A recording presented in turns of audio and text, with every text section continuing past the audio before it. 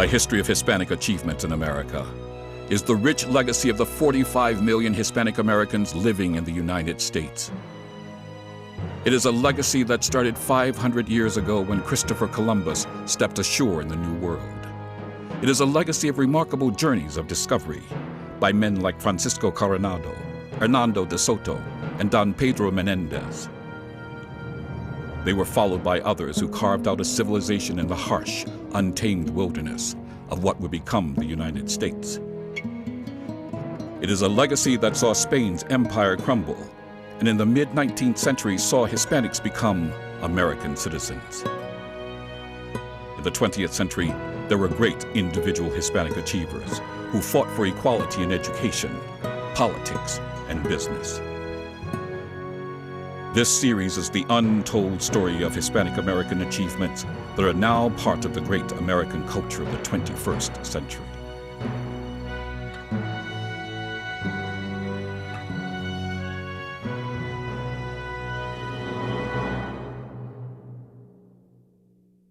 Hello, I'm Patricia Lopez, and welcome to the second episode of A History of Hispanic Achievement in America. This episode chronicles the shift Spanish conquistadors would make from conquerors to explorers. What was to become the United States had no great empire to conquer, no easy goal to be found. But this did not stop such men as De Soto and Coronado from searching. Searching instead of conquering, they became two of the greatest explorers the world would ever see. Then, with no riches to be found, the next wave of Spanish men and women coming to America were faced with the difficult task of building permanent settlements in Florida and New Mexico, all before the English built a single settlement on the East Coast. There was no greater accomplishment than the survival of these new settlements.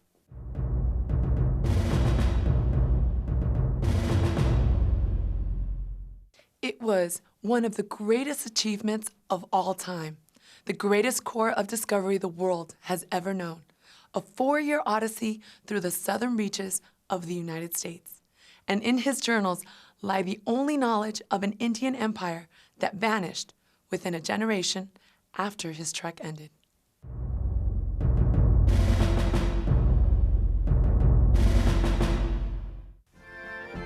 Today, the southeastern United States is the core of the Deep South and former stronghold of the Confederacy.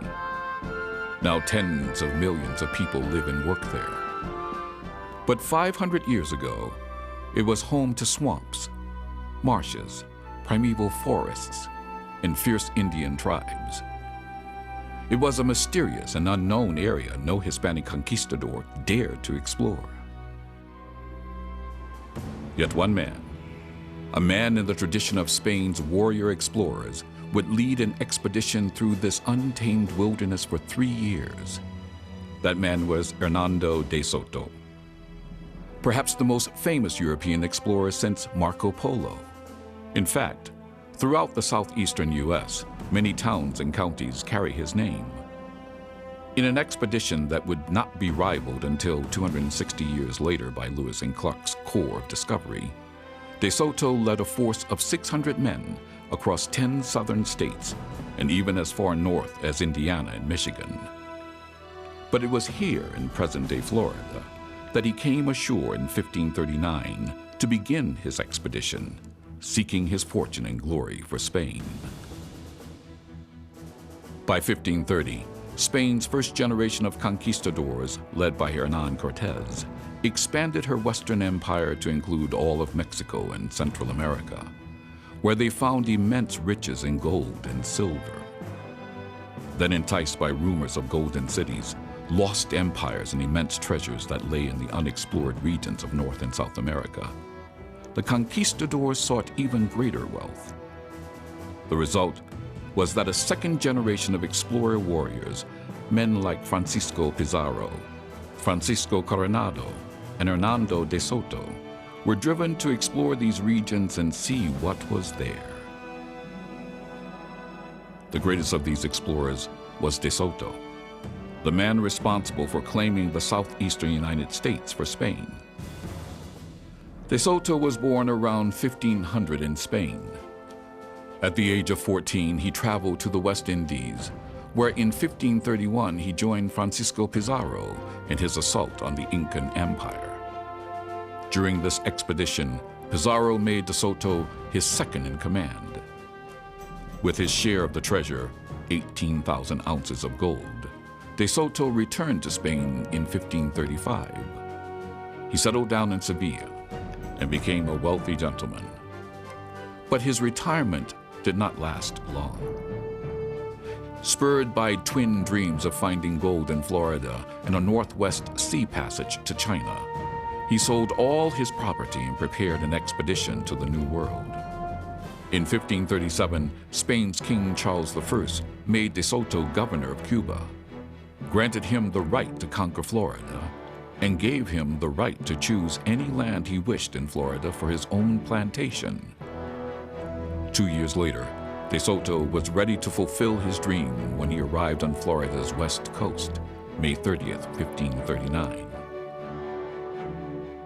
For the next 4 years, his incredible expedition of discovery covered more than 4,000 miles, exploring the southeastern part of what would become the United States, including Florida, Georgia, South Carolina, Tennessee, Alabama, Mississippi, Arkansas, Missouri, and Louisiana. But he also crossed the Ohio River into Indiana and Michigan. De Soto maintained meticulous records, providing the only first-hand detailed accounts of the immense cities of the mound builders' vast empire and powerful Indian tribes. De Soto's expedition used the phases of the moon as a means of dating the expedition's events and findings. This novel time dating would make it possible for anyone reading the journals at a later date to know exactly where and when the expedition made its important discoveries. De Soto never found gold or a northwest passage to China. At the same time, the expedition's contacts with the native tribes were disastrous, leading to continuous warfare with everyone the Spanish met. Finally, in June 1542, de Soto succumbed to a fever and died on the banks of the Mississippi River, where he was buried. Though de Soto's expedition ended disastrously, of the 600 men who started out, less than 300 survived. What did survive were his journals, providing a unique early account of a region that would become part of the Spanish Empire and eventually the American South. In fact, so great an American hero was de Soto to Walter P. Chrysler that in 1928, the U.S. automaker named one of his premier model lines De Soto, to honor the famous explorer. The last of the Spanish conquistadors, Francisco Coronado, journeyed as far north as Kansas. For over 2 years, he mapped out an area that would eventually become the 21st century center of Hispanic power in the United States, Texas, New Mexico, Arizona, and California. His journey of discovery was surpassed only by his fellow Hispanic explorer, Hernando de Soto.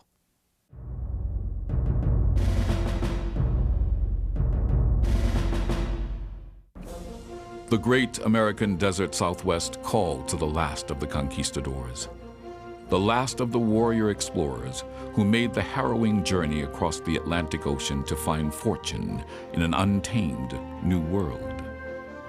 More than 200 years would pass before French or English adventurers would set foot again on the lands he discovered for Spain.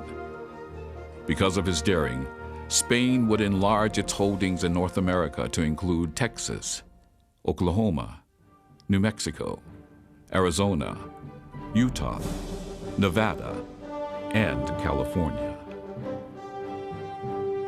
He was Francisco Vázquez de Coronado.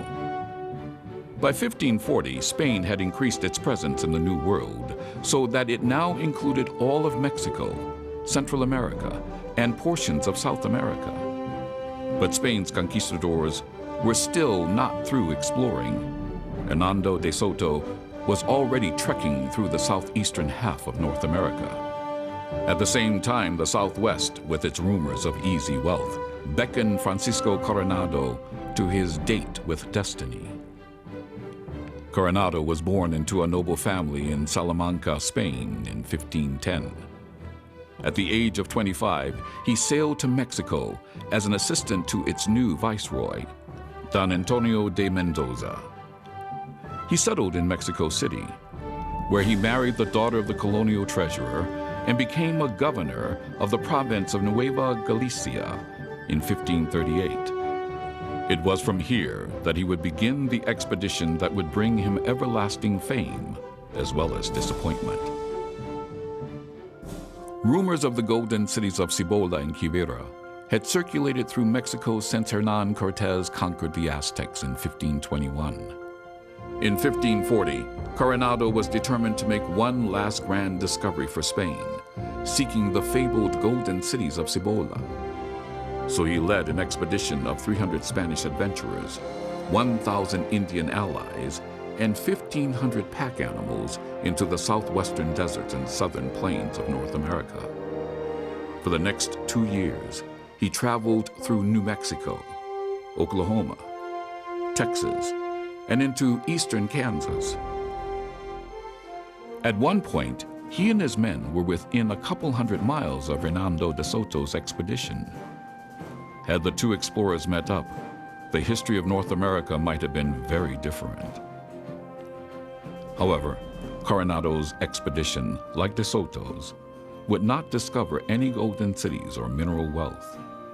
But the Chronicle of Coronado's adventure, published after his death, provided information about an area of the New World not traversed again until the 18th century, when the French Malay brothers entered the Rocky Mountains in 1741. By this time, Coronado's exploits had led Spain to colonize the land north of the Rio Grande River, from Texas west to California. Finally, in 1848, Coronado's land of discovery would become part of the United States of America. Though Coronado returned to Mexico empty-handed, he continued to be a man of influence in Mexico City until his death in 1554 from injuries sustained during his 1540 expedition. In the next segment, we shall see that the oldest city in America, St. Augustine, a city that is still thriving 450 years later, was a singular vision of a Hispanic man, Don Pedro Menendez.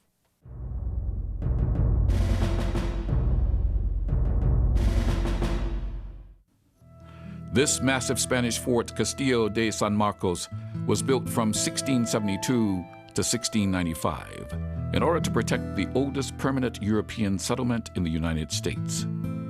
Indeed, 55 years before the Pilgrims celebrated the first Thanksgiving and 211 years before the creation of the United States, an energetic and far-seeing Hispanic naval officer, Don Pedro Menendez de Aviles, along with 800 soldiers and settlers, landed on the east coast of Florida at this spot. That year, 1565, they founded St. Augustine and established the first colony in what would later become the United States of America.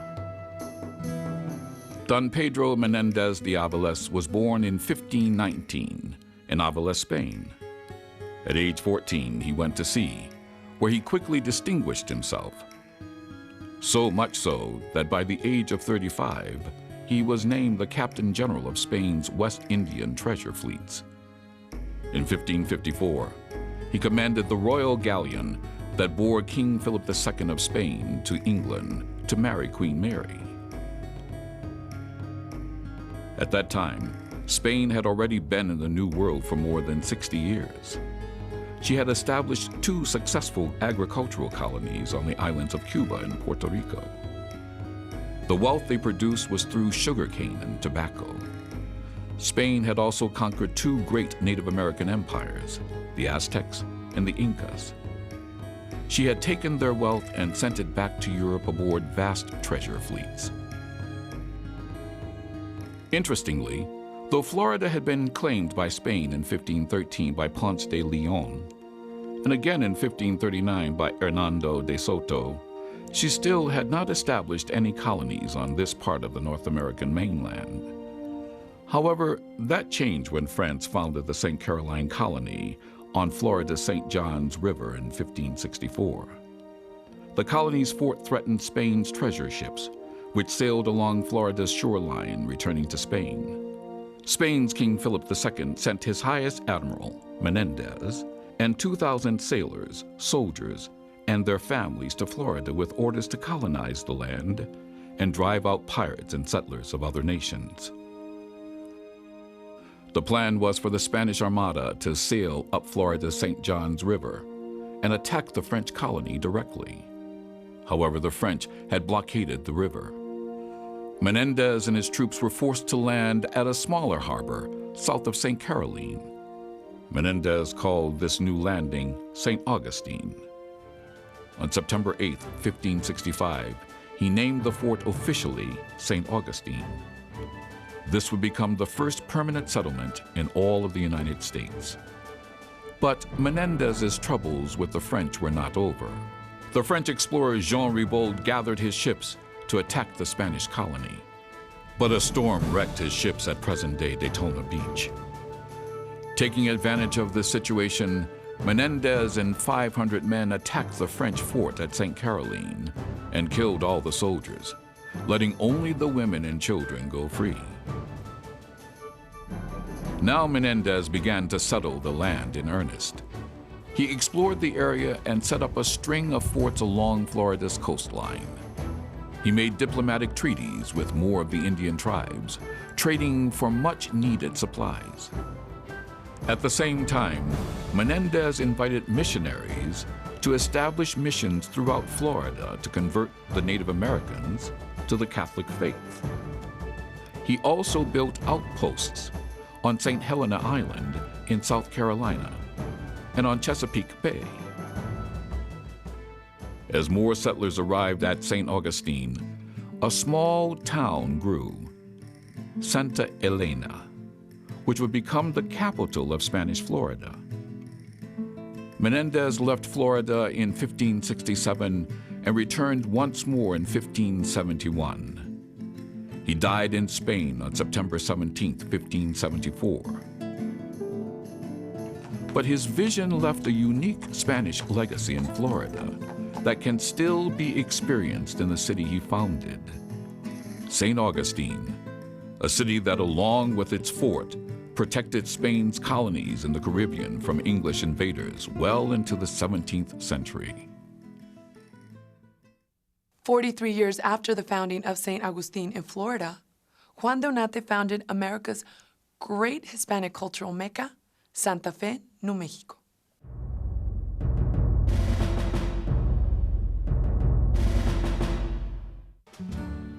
The colonists' journey was arduous, the days long and grueling, through a sun-drenched, dry and barren desert, through lands occupied by Indian tribes who viewed travelers with suspicion, to a destination they could not be certain would support them and their families.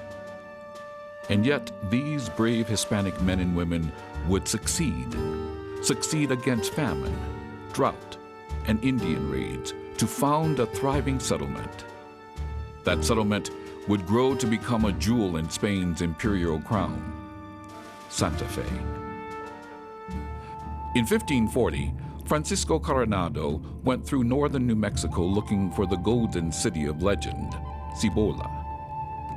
Though he never found any gold, Coronado repeated tales of wealth that were to be found in northern New Mexico. Then 55 years later, in 1595, Spain's King Philip II commissioned a Mexican silver mine owner, Juan de Oñate, to colonize New Mexico and spread Catholicism among the Native Americans. He also named Oñate governor of the colony.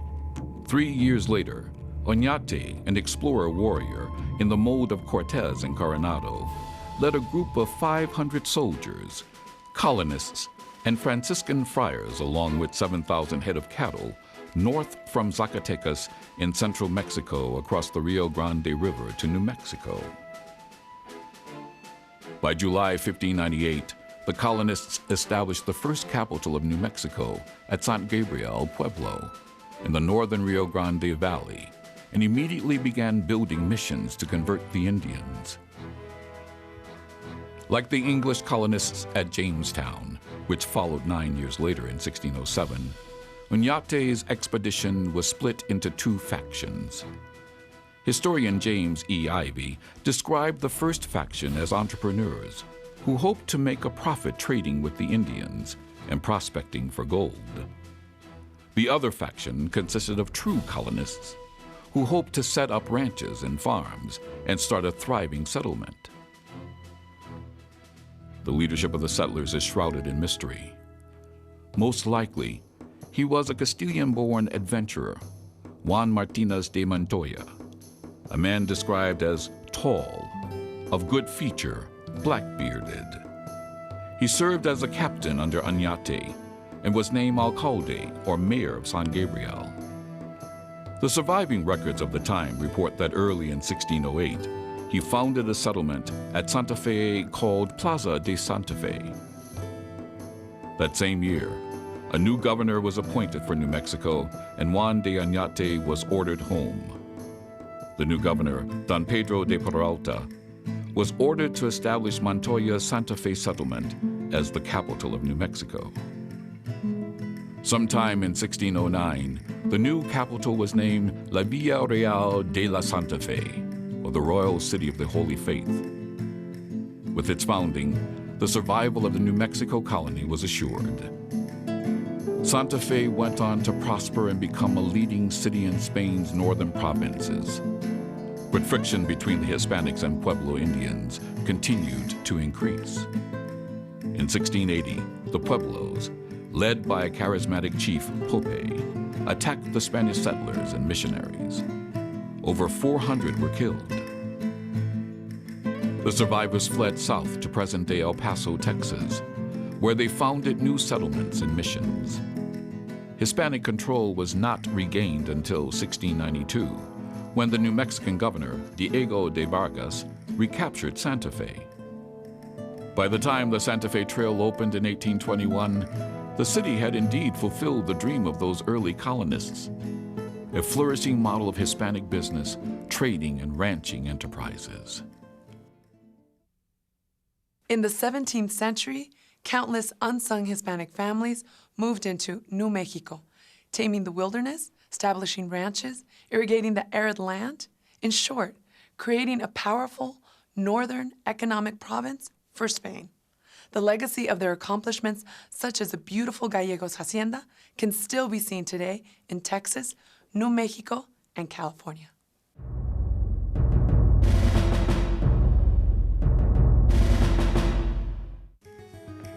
From Montana to Texas and New Mexico, the large cattle ranch symbolizes the American West. This pattern of central ranch buildings surrounded by huge tracts of grazing land can trace its origins back to the Hispanic pattern of colonization. It is a pattern that extended from Argentina on the southern tip of South America to New Mexico. At the core of this pattern was the Hispanic family. Countless families that heroically tamed and cultivated the American wilderness.